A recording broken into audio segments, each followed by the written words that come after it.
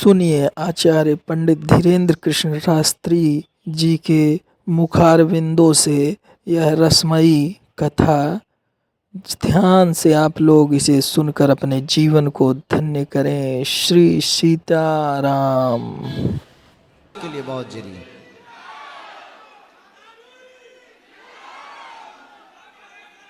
ठटरी के बारे तई प्रवचन कर ले न कटा हमें काय का बैठा दो मुंह सर चंद आजा त्यों प्रवचन दे दे।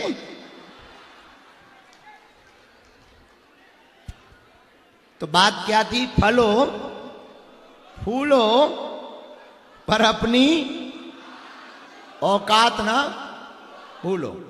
बड़े बने रहने का यही सूत्र है। बहुत से लोग हमारे पास आते हैं कि हम जो हैं वही बने रहें, बड़े ना भी ज्यादा बने पर जो हैं वो तो ना खिसके।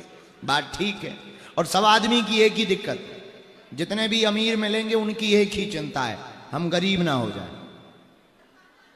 जितने नेता मिलेंगे उनकी एक ही टेंशन है, कुर्सी ना खिसक जाए। अधिकारी मिलेंगे उनका भी यही भय, आरोप ना लग जाए। पर इसके बचने का बहुत सरल उपाय है। लाख कोशिशें तुम्हारे विरोधी तुम्हारे खिलाफ करें, लाख षड्यंत्र तुम्हारे दुश्मन तुम्हारे खिलाफ करें, एक बात तुम्हें बहुत दावे के साथ याद रखनी है, तुम अपनी सहमति किसी को भी बिगाड़ने में मत करो। तुम अपनी ऊर्जा किसी को भी मिटाने में मत लगाओ। दुनिया तुम्हें मिटाने में लग जाए पर परमात्मा तुमको मिटने नहीं देगा। सत्य देरी से आएगा पर जब भी आएगा झूठ के शोर को चुप कराता आएगा। झूठ का शोर बहुत महंगा होता है और बहुत तेज होता है। झूठ बोलने वाले लोग बहुत तेज बोलते हैं। अक्सर जो आदमी झूठ बोलेगा वो तेज बोलेगा, ये भी बात है।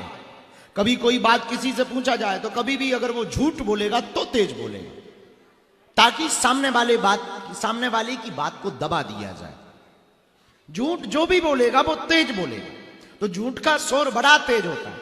सत्य बहुत धीमे बोलता है, बहुत धीमी चाल चलता है। लेकिन सत्य जब भी बोला जाता है तब झूठ हजार खड़े हों वो अपने आप चुप हो जाते हैं। युवा भी बैठे हैं, करेरा नगर के सभी वो लोग भी बैठे हैं, हमारे बगल में महंत जी भी बैठे हैं। हम आपसे एक बहुत विनम्र प्रार्थना बहुत बारीकी के साथ करना चाहते हैं। वो बात आपके पते की है या नहीं हम ये कह नहीं सकते, हमारे मतलब की, इसलिए हम आपसे कहना चाहते हैं कि आप किसी भी परिस्थिति में डिगो मत। न जल्दी उत्साहित हो, न जल्दी निरुत्साहित हो, न जल्दी हतोत्साहित हो। हमें जल्दी उत्सव भी नहीं मनाना है और जल्दी सैड मूवमेंट को भी नहीं लाना है। कोई परिस्थिति आई है, थोड़ा इंतजार करो। किसी राजा के पास में एक महात्मा गया, तो राजा को वो मिला, तो उसने राजा को एक अंगूठी दी। अंगूठी दरअसल ढक्कन वाली थी। राजा ने ऐसी अंगूठी कभी देखी नहीं थी। राजा ने उस अंगूठी को ग्रहण किया, लिया, पर खोल के देखा तो महात्मा ने रोका, रुको, इसे अभी मत खोलो। जब तुम्हारे ऊपर कोई विकराल परिस्थिति आए और जब तुम्हारी पूरी दुनिया साथ छोड़ दे, जब लगे कि अब कोई साथ देने वाला नहीं है, जब लगे कि कोई नहीं है, मरे, अब गए, अब बर्बाद हो गए, अब लुट गए, तब इसको खोलना है। इसमें एक चिट्ठी है, उसमें कुछ शब्द हैं। इतना राजा को उस महात्मा ने कहा और महात्मा चला गया। राजा को भी याद नहीं रहा, अंगूठी पहने रहा। उसने समझा महात्मा का आशीर्वाद है, भला क्या करना। ऐसी कोई मुसीबत भी नहीं थी तो कभी खोलने की जरूरत भी नहीं पड़ी। पर एक घटना घटती उसके जीवन में कि वो किसी राजा ने युद्ध के लिए उसको ललकारा और वो गया। बदकिस्मती से वो युद्ध हार गया। सेना कुछ मर गई, कुछ गुलाम हो गई। राजा के किले पर दूसरे राज्य के सैनिकों ने आक्रमण कर दिया, अपना कब्जा जमा लिया। राजा जैसे तैसे करके अपने प्राण बचा करके जंगलों में भागा। बड़ी तेज दौड़ा, पीछे पीछे घुड़सवार, आगे आगे राजा। हाँपता पीटता जंगल की कंदराओं की गुफाओं की छोटी छोटी संकीर्ण गलियों से भागता भागता भागता भागता राजा एक विशाल काय गुफा में जाकर के छिपा। बहुत जोर से सांस चल रही थी, सांस रोक के बैठा, बहुत दिमाग फट गया था।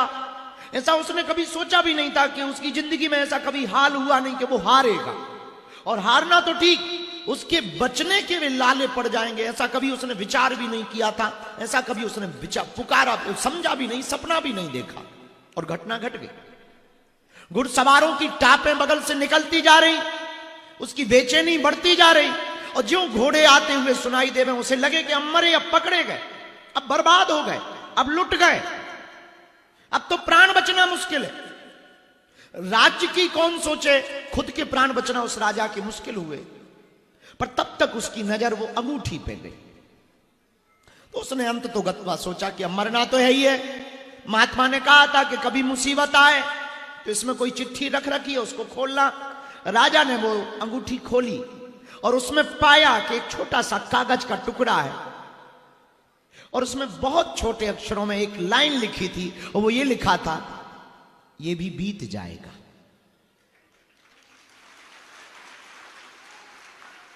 मानो राजा के कानों से चिड़िया उड़ गई हो, राजा डूब गया हो।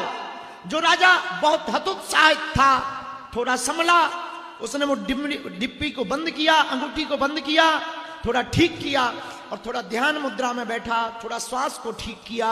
मैं हार तो गया हूं पर मैं बच गया हूं, यही बहुत है। और अंगूठी की उस कागज में बहुत बड़ी बात लिखी कि ये भी बीत जाएगा। चुप हो गया। रात हुई। रात को राजा ने सोचा कि अब जाएं कहां, तो पड़ोसी देश में जो राजा रहता था वो उस राजा का मित्र था। वो रातों रात उस राजा के पास गया, पहरेदार को कान में खबर दी कि मैं बच गया हूं, मेरे राज्य पर आक्रमण हो गया, मेरी संपत्ति लूट ली गई, मेरी पत्नियों को लूट लिया गया, मैं बहुत जान बचाकर छिपा कर आया हूं, तुम राजा को खबर दो, वो मेरे मित्र हैं, मैं मिलना चाहता हूं। तो राजा जिस नगर में वो गया था, वहां के राजा वो मित्र था, स्वाभाविक उसने स्वागत किया, डांडस बंधाया कि तू चुप रहे, रो मत, फिर कुछ होगा। और उसे वो लाइन याद आई, ये बीत जाएगा। सुबह हुई, मित्र राजा ने उससे कहा कि कहो क्या करना चाहिए। इसने कहा कि मुझे अपनी संपत्ति वापस चाहिए, मुझे अपना राज्य वापस चाहिए। मित्र राजा ने सेना तैयार की और फिर से युद्ध हुआ। अब ये दोनों शक्तियां साथ में लड़ी। तय था, निश्चित हुआ कि जिसने इसके राज्य पर आक्रमण किया था वो हारा गया, वो मारा गया, और प्रजा बहुत खुश हुई। कल तक प्रजा गुलाम हो चुकी थी, अब आज फिर प्रजा खुश हुई। और ये रथ पर बैठ करके अपने नगर में जब प्रवेश करता है तो प्रजा दोनों तरफ खड़े होकर के फूलों के थाल लेकर के स्वागत करती है, ताली बजाती है, फूल उड़ाती है। ये सबको हलो हाय करता हुआ, हाथ हिलाता हुआ, अभिवादन करता हुआ, और अपने गुमान में भरा हुआ कि देखो मैं हार गया था, पर मैं हार करके मैंने हार नहीं मानी, मैं फिर जीत कर आया। गुमान में भरा था, अभिमान में भरा था, बड़ी बड़ी आंखें, बड़ी बड़ी भुजाएं, हाथों का लहराना, पुष्पों का गिरना, वो प्रजा जनता का शोर, वो जनता की बातें इसको और उत्साहित कर रहा था। ये उत्साह में फूला नहीं समा रहा था। ये कह रहा था कि मानो इतिहास मैंने लिख दिया हो, ऐसा कोई राजा नहीं होगा जिसको गुलाम बनाया जा चुका हो और वो फिर से जीत जाए। मुस्कुराता हुआ चला ही जा रहा था कि तब तक अंगूठी का वो ढक्कन खुला, वो चिट्ठी फिर निकली और फिर इसने पढ़ा, ये भी बीत जाएगा, ये बीत जाएगा। अब तो इसने वो बंद की, थोड़ा सहमा, जो हाथ हिला रहा था वो बंद किया थोड़ा, क्योंकि उसे लगा ये भी एक दिन बीत जाएगा। वो थोड़ा मौन हुआ, थोड़ा शांत हुआ, थोड़ा मुस्कुराया, अभिवादन को विनम्रता से उसने स्वीकार किया और हाथ जोड़ करके सबको प्रणाम करना उसने शुरू किया, क्योंकि उसने समझ लिया जब वो बीत गया ये भी बीत जाएगा। ऐसे ही आज की रात की बात है, जिंदगी है कि तुम्हारे साथ जो भी चल रहा है तुम थोड़ा धैर्य रखो, सब्र मत खो। जो भी चल रहा है ये बीत जाएगा। तय है दुख का झूला जितना भी पीछे तक जाएगा, सुख का झूला उतना ही आगे आएगा। ये झूला का नियम है। कभी आपने झूला झूला हो तो झूला का एक नियम है, जितना तुम पीछे तक खींचोगे वो उतना आगे तक आता है। ऐसे ही संसार का पेंडुलम नियम है, ये पूरी दुनिया पेंडुलम है। तो आज की कथा में हमने शायद बोला भी, आपने शायद सुना हो, हमें एक्शन में नहीं जीना है। एक्शन में जियोगे तो रिएक्शन होगा, सदगुरु के डायरेक्शन में जीना है। जिंदगी बहुत अद्भुत होगी। इसी बात के साथ आज की प्रथम रात्रि में करेरा में हम प्रश्नोत्तरी में खूब खूब स्वागत करते हैं। पर यह भी तय है, ये भी बीत जाएगा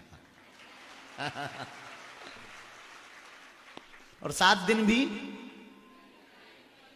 बीतना तो सब है, तय है। जिंदगी भी बीत जाएगी, हम भी बीतेंगे, तुम भी बीतोगे बीतना तो तय है। पर हमको बहुत अच्छा लग रहा करेरा आके। पहले तो हमारी प्रश्नोत्तरी करने की इच्छा नहीं थी, सोने का मन था। हमने सोचा भी था कि 7 दिन यहां रहेंगे, रात को कुछ नहीं करेंगे, सिर्फ सोएंगे। अगर तुम्हारा सेट हो गया हो तो बैठ जाओ, बैठ जाओ, नहीं तो वो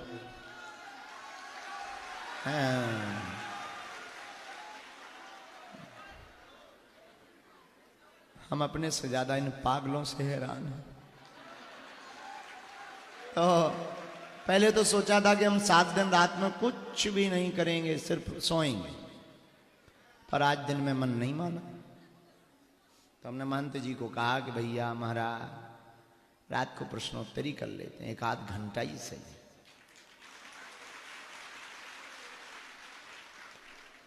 बाकी ठीक है, कथा 2 दिन की हो गई है। सुनी तुमने? गए हो? कौन कौन नहीं गया वो हाथ उठाओ।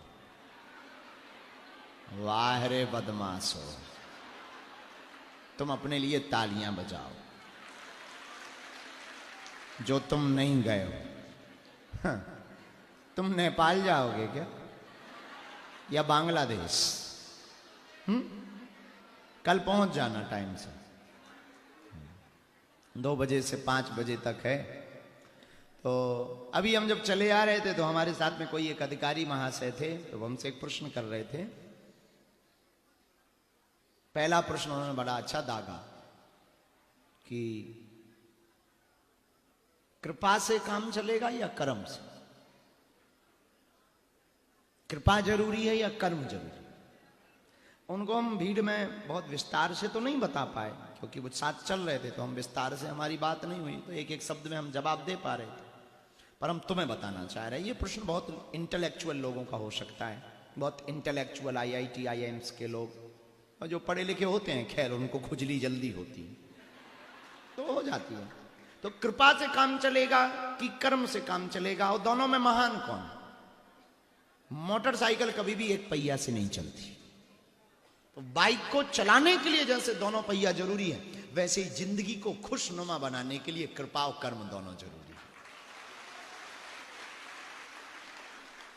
दोनों आवश्यक है।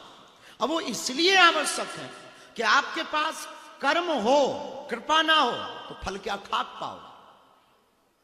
अब तुम बीज बो, बढ़िया हल चलाओ, बहुत मेहनत करके पसीना बहाओ, फिर बीज बो, फिर पानी दो, फिर खाद दो, तब तक भगवान ओले फेंक दे। तुम कहो वाह हमने तो बहुत कर्म किया, हमको तो मिलना चाहिए, ईश्वर बड़ा बेकार है, हम तो केस में अदालत में केस करेंगे, मुकदमा करेंगे। क्या खाक करोगे? तो कर्म जरूरी है, पर कृपा हो। अच्छा, कृपा का मतलब ये नहीं कि ओले नहीं बरसे, इसका अर्थ ये भी नहीं। कृपा का मतलब ये है कि जो तुमने किया है वो मिलना तय है। इस साल थोड़ा डाउन हो जाएगा, अगली साल डबल हो जाएगा। तो कर्म और कृपा दोनों जरूरी है। दोनों के बिना हम इसके पक्ष में बिल्कुल भी नहीं है कि बहुत से लोग हमको भी विदेशों में मिलते हैं। अभी हम लास्ट टाइम न्यूजीलैंड गए तो ऑकलैंड में रुके, तो ऑकलैंड में एक पढ़ी लिखी कोई पत्रकार महोदय आई, तो लगभग 9 बजे के लगभग उन्होंने टाइम ले रखा था। वो हमारे सामने बैठी हो, यही अंग्रेजी झाड़ने लगे कि God is I am God पर बिलीव नहीं, I am not believe in God, I believe only Karma. हमने कहा चंडालन न कटू, You are only believe in karma, okay, I know, but बिना गॉड के कर्म अधूरा है। कर्म पर चलने वाला आदमी, केवल कर्म पर चलने वाला आदमी ठीक वैसाखी की तरह, दोनों जरूरी हैं, कृपा भी जरूरी है और कर्म भी जरूरा है, दोनों मिक्स होंगे। अब हम लोग जोड़ा से जीते हैं, हम ये पूरी संसार द्वैत में नहीं है अद्वैत में, पर दो का एक है। हम बात भी करते हैं तो सुख है दुख है ऐसी बातें करते, भैया दिन रात हम एक किए हुए, अब दोनों एक है, दोनों विरोधाभासी। हम लोग बात भी करते तो कहते हैं भाई चाय पानी लाओ, चाय गर्म है पानी ठंडा है, पर आम बोलचाल में भी हम ऐसी बातें करते हैं। तो किसी ने पूछा कि कर्म और कृपा दोनों में महान कौन है? देखो महान तो कर्म है, पर उस सोना है, उसकी कीमत कभी नहीं घटनी, पर सोना आभूषण तभी बन सकता है जब वो कृपा की अग्नि पर तपेगा। तो कर्म अपनी प्राइस तो रखेगा, पर उस प्राइस की बोली, जैसे किसी के पास सोना हो पर कोई खरीददार ना हो तो क्या काम का सोना। मान लो ऐसे समझो इस बात को, पूरी भारत के लोगों के पास में 5-5 किलो सोना हो जाए, अब किसी को खरीदना ही नहीं। जब नहीं खरीदना है तो तुम्हारा सोना का रेट गिर जाएगा, किसी काम का नहीं। वैसे ही कर्म है, केवल कर्म आपके पास होगा और कृपा नहीं होगी तो आपके कर्म की बोली नहीं लग पाएगी, नीलामी नहीं हो पाएगा और आप कर्म का फल नहीं पा पाओगे। तो कर्म के साथ अगर कृपा होगी, मतलब आपने कर्म की नीलामी कर ली है, तो निश्चित रूप से उसका फल बहुत मीठा पा पाओगे। तो अभी हम जब आ रहे थे तो एक कोई सामने खड़े हैं, पर उनका एक पद की प्रतिष्ठा है, तो उन्होंने हमको पूछा कि दोनों में क्या जरूरी है। तो हम यही कहेंगे दोनों ही जरूरी है, दोनों में क्या जरूरी नहीं, दोनों ही जरूरी है। जैसे आत्मा और परमात्मा है, जैसे मां और महात्मा है, जैसे पृथ्वी और आकाश है, जैसे सुख और दुख है, जैसे दिन और रात है, जैसे सत्य और असत्य है, जैसे धर्म के बिना अधर्म का कोई मतलब नहीं, अधर्म के बिना धर्म का कोई मतलब नहीं। उजाले में भी इतना भयंकर यहां उजाला है, पर इस उजाले की शून्यता में अंधकार छिपा है और अंधकार की शून्यता में प्रकाश छिपा है। दोनों हैं, जो ज्यादा है वो दिखाई पड़ता है, जो घट जाता है वो नहीं दिखाई पड़ता है, और दोनों जरूरी है। हम मंच पर चढ़ते चढ़ते बल्कि उनके कान में हम बोले कि जिस पिक्चर में जितना बड़ा विलन होगा उतना बड़ा हीरो माना जाएगा।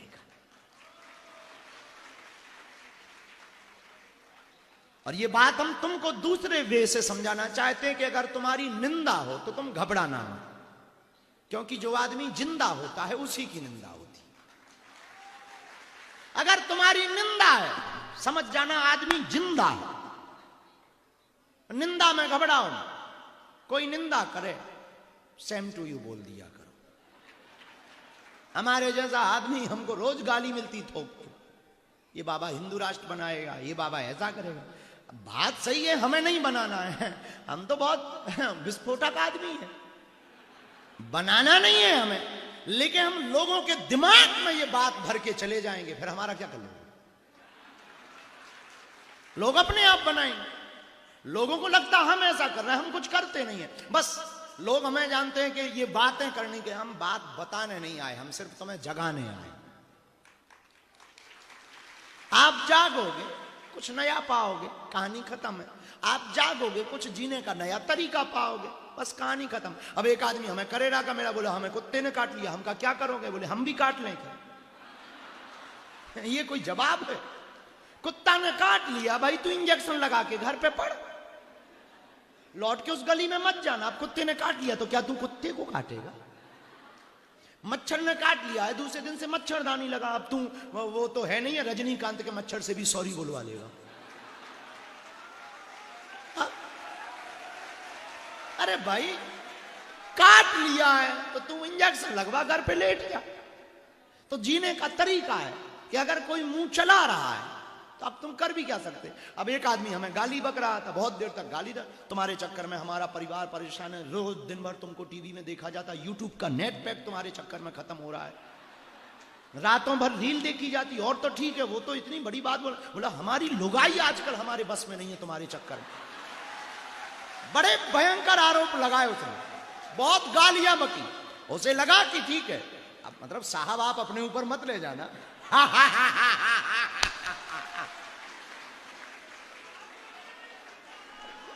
आप ऊपर मत ले जाना क्योंकि मां आई है आज। तो वो बोला तुम्हारे चक्कर में सब बर्बाद। ऐसे ही एक आदमी हमसे बोला तुम्हारे चक्कर में बाबा हमारा दिमाग और दिन खराब हो गया। वो आजकल किचन में भी जाती है तो वो लगा लेती है, अब वो उसको कहो कि चाय दे दो तो वो 30 मिनट बाद लेके आई। तो वो कहता है हमने पूछा कि इतनी देर में क्यों आई? बोले गुरुजी का दरअसल एक कथा अच्छी लग गई तो मैं बैठ के सुनने लगी। बड़ा परेशान हुआ वो हमसे, बहुत गाली बकी उसने, 400-500 थोक में गाली दी। भगवान जाने उसने पीएचडी कर रखी हो गालियों में, एकदम थोक में। तो उसकी पत्नी भी खड़ी थी, वो मुस्कुरा रही थी। उसे लगा कि गुरुजी कुछ भयंकर सा जवाब देंगे, इनका मुंह चुप करा देंगे। और हम तो और बड़े वाले, वो गालियां देंगे, वाह हाउ सो स्वीट। उसका और दिमाग खराब, तो उसको और झंझला के बोले। धीरे से हमने कहा साहब अगर हो गई हो तो सेम टू यू। अब उसने गालियां दी, हम भी गालियां देने लगे, तो उसमें और हम में अंतर क्या? वो उसके लेवल पे हम भी पहुंच जाएंगे, मतलब इसका मतलब नहीं कि हम लेवल हाई समझ रहे हैं, पर उसका मुंह खराब हो गया, अपना मुंह क्यों खराब करें? तो एक लाइन में बात को खत्म करना है, तेरी गालियां तुझको मुबारक, तुझको चिपके, जय बजरंग बली। कौन दिमाग में टेंशन ले हो, मुस्कुराती हो। ऐसे भी जिंदगी जी सकते हैं, एक ऐसे भी जिंदगी जी सकते कि वो गाली दे दो तुम लट्ठे दो, फिर क्या चाहो जेल। तो एक ऐसी भी जिंदगी जी सकते। तो जिंदगी जीने के तरीके, आप कौन सा तरीका अपनाते हैं? हमारे पास तो तरीके हैं, और भी प्रैक्टिकल तरीके हैं। तो आप अपने तरीके से, हमारे गुरु कहते थे, दादा गुरु जी, मूर्ख को समझाए से ज्ञान गांठ को जाए, कोयला होए ना उजरो, 9 मन साबुन खाए। अब करें क्या? तो एक उपाय है, ज्ञानी मारे ज्ञान से रोम रोम फंस जाए, मूर्ख मारे लठ से फूट खपड़िया जाए। तो सर्वोत्तम उपाय जीने का ये है, कुछ नए तरीके से जियो। तो लोगों को लगता है कि हम विवाद की बातें करते हैं। नहीं नहीं नहीं, हम तथ्य रखते हैं। और तुम हमारी हर बात माना भी मत करो, जरूरी नहीं है हमारी हर बात तो मानो। हो सकता रेलगाड़ी पटरी से नीचे आ जाए, क्योंकि हम वो बात बोलते हैं जो हम अनुभव करते हैं, हम वो बात बोलते हैं जो हमें लगे कि ठीक। हम अपना सत्य बोलते हैं, तुम्हारा सत्य नहीं बोलते। हो सकता तुम्हारे पास जाके, अब जैसे हमारे पूर्वज, आपके पूर्वज, पहले भोजन की जगह अन्न नहीं होता था, कुछ और खाते थे। हमको लगा पूर्वज आ गए।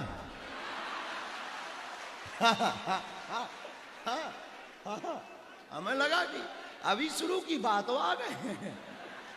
हमें लगा कि 12वीं शताब्दी में वापस घुस गए हैं हम। कौन सी शताब्दी में थे पूर्वज? 6वीं? पता नहीं, जरा करो गूगल। 10वीं शताब्दी, वो 4 पैर पे चलने वाले जो अपने पूर्वज थे।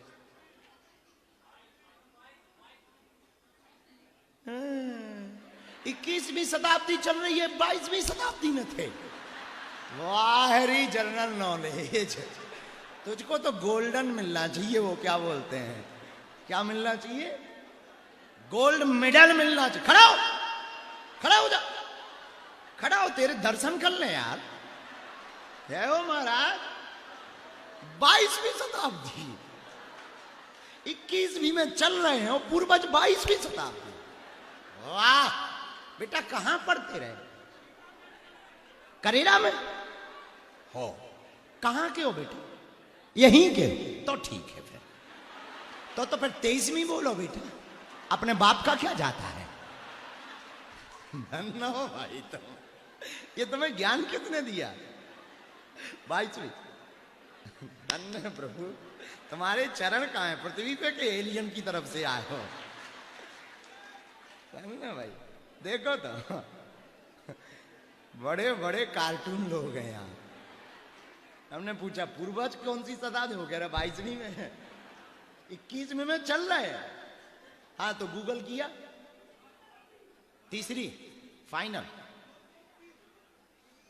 मतलब तीसरी शताब्दी के लगभग, तीसरी शताब्दी के 2 से तीसरी शताब्दी के लगभग हमारे, ऐसा है ना? आपने बताया, इसके जवाबदार हम नहीं हैं। हाँ, अब गूगल बाबा ने जैसा बताया वो तुम जानो। तो उस समय पे भोजन की व्यवस्था नहीं थी, तब क्या खाते थे? मांस, जानवरों का कच्चा मांस खाते। पर अब कहा जाए, अब तो भोजन की व्यवस्था है, मानवों ने बहुत प्रकाश कर लिया, हम लोग अब सात्विक भोजन पे आ गए। सात्विक भोजन से भी अब एक नया फूड चला, वीगन, समझते हो? हम वहां भी आ गए हम लोग। तो इतनी आगे हम सब बढ़ गए हैं, इतनी उपलब्धियां हम सब ने पा ली हैं। तो अब उस नियम को आज अगर लागू करें तो मूर्खता होगी। वो उस समय की जरूरत थी, इसलिए उस वक्त वो नियम लागू।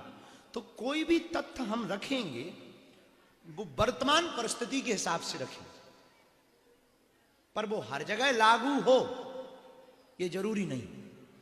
तो आप हमारे तथ्य को, हमारी बात को सुनना, समझना, पर अपने हिसाब से उसको जीवन में उतारना। इसी बात के साथ आध्यात्मिक प्रश्नोत्तरी, चाय आ गई, मंगवाओ। आध्यात्मिक प्रश्नोत्तरी हम शुरू करते हैं। तुम भैया प्रश्न पूछना नहीं। क्या नाम है बेटा? अनुज। हाँ तो ठीक है बेटा, बहुत ठीक है बेटा, बहुत पढ़े लिखे हो। कितनी पढ़ाई की बेटा? ग्रेजुएशन कर रहे हैं। बेटा स्कूल के पीछे से पढ़ रहे हो? हाँ तो ठीक है, बहुत बढ़िया। बेटा इसका कैमरा में फोटो लो, ये कल काम आएगा। इसको कल ही कटवा करके डलवा वीडियो को। हाँ कि आदि मानव के लिए 22वीं शताब्दी बता रहा है, जो आई भी नहीं है। आध्यात्मिक प्रश्नोत्तरी में आप अध्यात्म से संबंधित प्रश्न पूछेंगे, दरबार से संबंधित कोई भी प्रश्न नहीं पूछेंगे। कि तुम पूछो महाराज हमारा पेट पिरा रहा, तो कोई महाराज हम पे कृपा कब हुई है, तो कहो महाराज हमारा खोपड़िया दर्द कर रही, लुगाई दर्द कर रही, हमारा नाम बता दो। तो ये सब अर्जी दरबार में लगेगी। दरबार 5 तारीख को लगना है, यहीं पर, यहां नहीं, कथा स्थल। हाँ तुम यहीं आ जाओ 5 तारीख को। तो 5 तारीख को करेरा में कथा स्थल में दरबार